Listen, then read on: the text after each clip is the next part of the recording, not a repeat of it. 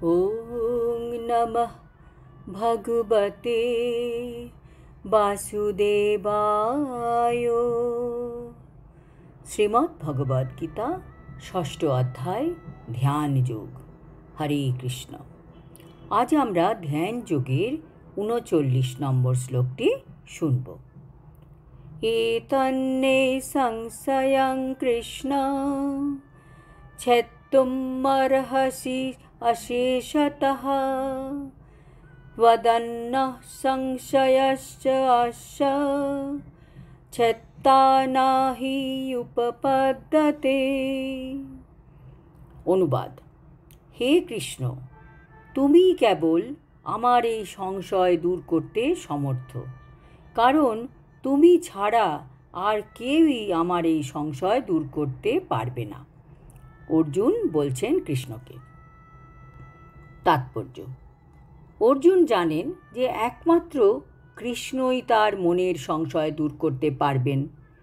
ভগবান শ্রীকৃষ্ণই অতীত, বর্তমান ও ভবিষ্যৎ সম্পর্কে সম্পূর্ণভাবে অবগত। ভগবান কৃষ্ণ এই জগতের সৃষ্টিকর্তা, কাজেই তিনি প্রত্যেকটি জীব অতীতে কী ছিল, বর্তমানে সে কী এবং ভবিষ্যতে সে কী হবে সব কিছুই তিনি জানেন। ভগবানেরই তো সব কিছু, কাজেই তিনিই হচ্ছেন সব কিছুর কর্তা।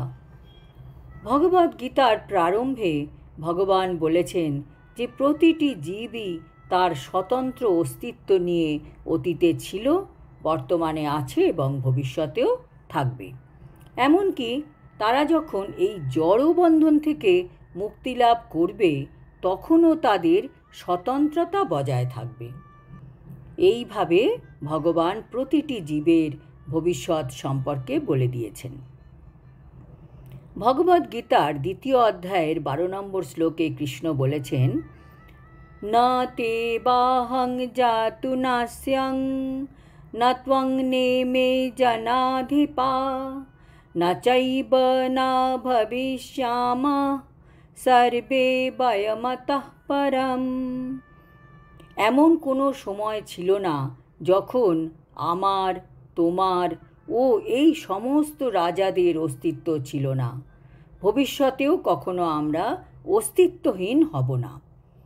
কৃষ্ণ অর্জুনকে কুরুক্ষেত্র যুদ্ধের মাঝখানে দাঁড়িয়ে বললেন, এই যুদ্ধক্ষেত্রে যাদের তুমি দেখতে পারছ তারা সকলেই তাদের অস্তিত্ব নিয়ে এখনও যেমন আছেন, পরেও থাকবেন, কারণ আত্মা কখনো বিনাশ হয় না।